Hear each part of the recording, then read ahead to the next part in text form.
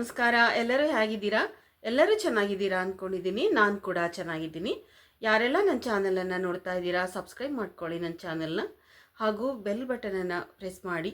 ನಾನು ಹಾಕುವಂತಹ ವಿಡಿಯೋಗಳ ನೋಟಿಫಿಕೇಷನ್ ನಿಮಗೆ ಮೊದಲು ಬಂದು ತಲುಪುತ್ತೆ.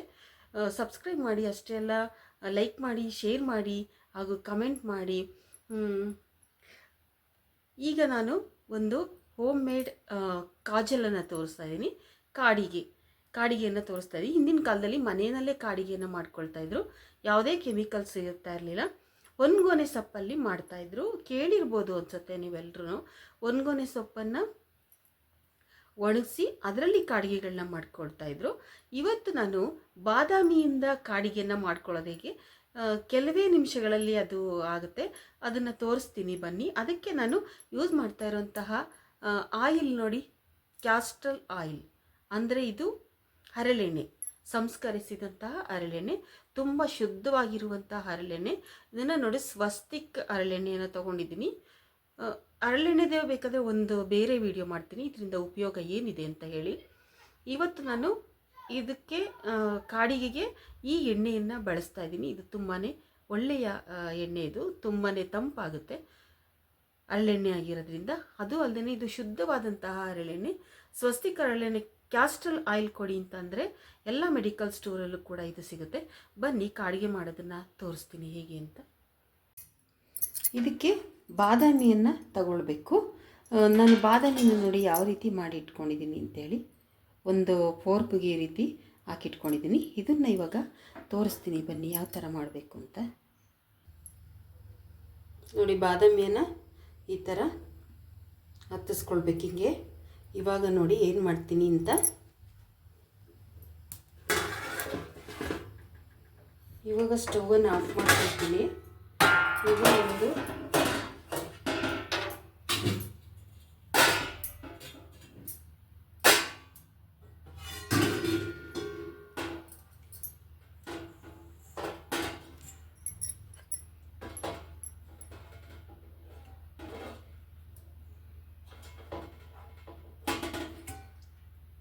ಇದ್ರ ಮೇಲೆ ಒಂದು ತಟ್ಟೆಯನ್ನು ಇಟ್ಕೊಳ್ಳೋಣ.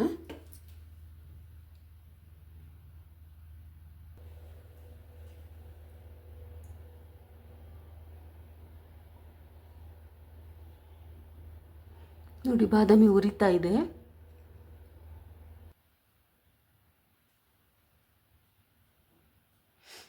ನೋಡಿ, ಬಾದಾಮಿ ಉರಿತಾ ಇದೆ ಚೆನ್ನಾಗಿ.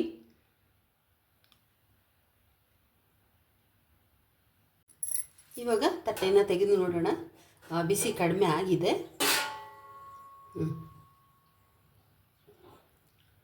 ಎಷ್ಟು ಕಪ್ಪು ಬಂದಿದೆ ನೋಡಿ ಇಲ್ಲಿ. ಇವಾಗ ಇದನ್ನು ತೆಕ್ಕೊಳ್ಳೋಣ ನಾವು.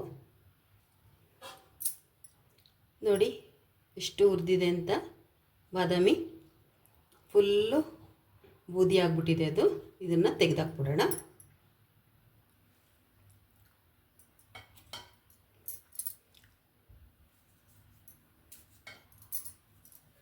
ಇವಾಗ ಇದನ್ನು ಒಂದು ಸ್ಪೂನಿನ ಸಹಾಯದಿಂದ ತೆಕ್ಕೊಳ್ಳೋಣ.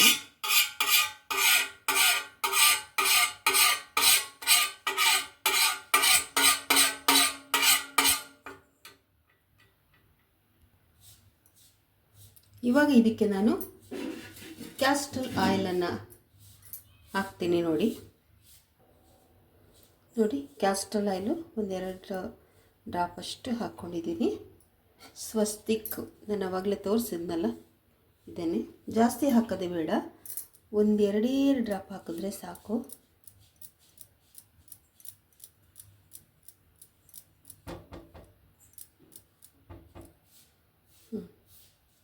ಎಷ್ಟು ಕಪ್ಪಿದೆ ನೋಡಿ. ಇದನ್ನು ಸ್ವಲ್ಪ ಜಾಸ್ತಿ ಮಾಡಿ ನೀವು ಒಂದು ಬಾಟ್ಲಲ್ಲಿ ತೆಗೆದು ಇಟ್ಕೊಂಡ್ರೆ ಇದನ್ನೇ ಮಕ್ಕಳಿಗೆ ಹಾಕ್ಬೋದು. ತುಂಬಾ ತಂಪಾಗಿರುತ್ತೆ.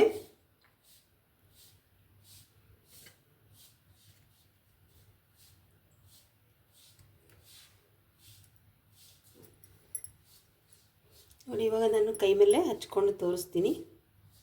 ನೋಡಿದ್ರಾ ಎಷ್ಟು ಕಪ್ಪಿದೆ ನೋಡಿ. ಸ್ವಲ್ಪ ಆಯಿಲ್ನ ಮಾತ್ರ ತುಂಬಾ ಒಂದೇ ಒಂದು ಡ್ರಾಪ್ ಅಷ್ಟು ಹಾಕ್ಕೊಂಡು ಕಲಿಸ್ಕೊಳ್ಬೇಕು. ಎಷ್ಟು ಪುಡಿ ಇದೆ ಅಲ್ಲಿ ನೋಡಿಕೊಂಡು ಅದಕ್ಕೆ ಹಾಕೋಬೇಕು.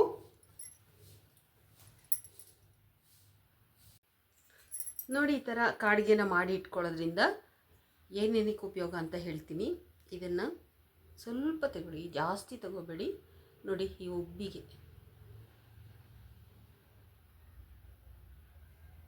ನೈಟಲ್ಲಿ ಹಚ್ಚಿ ಬೆಳಗ್ಗೆ ಹಚ್ಕೊಂಡು ಹೋಗಬೇಡಿ. ಉಬ್ಬಿಗೆ ಹಚ್ಚಿ. ಉಬ್ಬು ತುಂಬ ದಟ್ಟವಾಗಿ ಬೆಳೆಯುತ್ತೆ. ತುಂಬಾ ಸ್ವಲ್ಪ ತಗೋಬೇಕು, ಇಷ್ಟು ತಗೋಬೇಕು. ತಗೊಂಡಿದ್ದೀವೋ ಇಲ್ವೋ ಅನ್ನಂಗೆ ತಗೊಳ್ಬೇಕು ಅದನ್ನು, ಯಾಕಂದರೆ ತುಂಬಾ ಕಪ್ಪಿದೆ ಇದು. ನೋಡಿ, ಬಾದಾಮಿನಲ್ಲಿ ಎಷ್ಟು ಒಂದು ಒಳ್ಳೆ ಅಂಶಗಳಿದೆ ಅದರಲ್ಲಿ. ನೋಡಿ, ಈ ಥರ ಉಬ್ಬಿಗೆ ಹಚ್ಕೋಬೋದು. ನೈಟಲ್ಲಿ ಹಚ್ಕೊಳ್ಳಿ, ಬೆಳಗ್ಗೆ ಹೊತ್ತು ಹಚ್ಕೋಬೇಡಿ.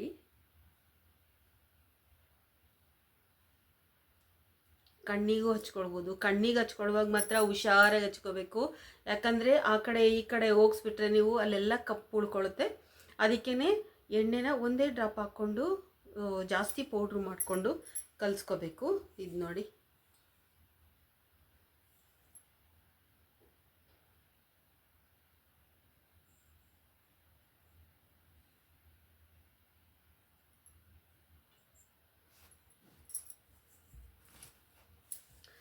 ನೋಡಿದ್ರಲ್ಲ ಇವತ್ತಿನ ಒಂದು ಹೋಮ್ ರೆಮಿಡಿ ಹೇಗಿತ್ತು ಅಂತೇಳಿ. ಇದು ಹಳೆ ಕಾಲದ್ದು, ಈ ಕಾಲದಲ್ಲ.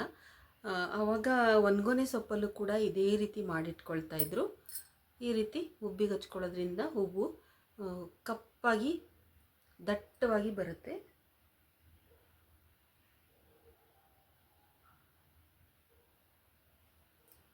ಸಬ್ಸ್ಕ್ರೈಬ್ ಮಾಡ್ಕೊಳ್ಳಿ ನಮ್ಮ ಚಾನೆಲ್ನ. ಇದೇ ರೀತಿಯ ಹೊಸ ಹೊಸ ವೀಡಿಯೋಗಳನ್ನ ನಾನು ನಿಮಗೆ ತರ್ತಾ ಇರ್ತೀನಿ. ಇವತ್ತಿನ ವಿಡಿಯೋ ನಿಮಗೆ ಇಷ್ಟ ಆಗಿದೆ ಅಂತ ತಿಳ್ಕೊಂಡಿದ್ದೀನಿ. ಈ ಕ್ಯಾಸ್ಟ್ರಲ್ ಆಯಿಲ್ ಬಗ್ಗೆ ಮತ್ತೊಂದು ವಿಡಿಯೋವನ್ನು ನಾನು ತೊಗೊಂಬರ್ತೀನಿ. ತುಂಬ ಒಳ್ಳೆಯದು ಕ್ಯಾಸ್ಟ್ರಲ್ ಆಯಿಲು, ಅದು ಶುದ್ಧವಾಗಿದೆ. ಸ್ವಸ್ತಿಕ್ಕು ನಾನು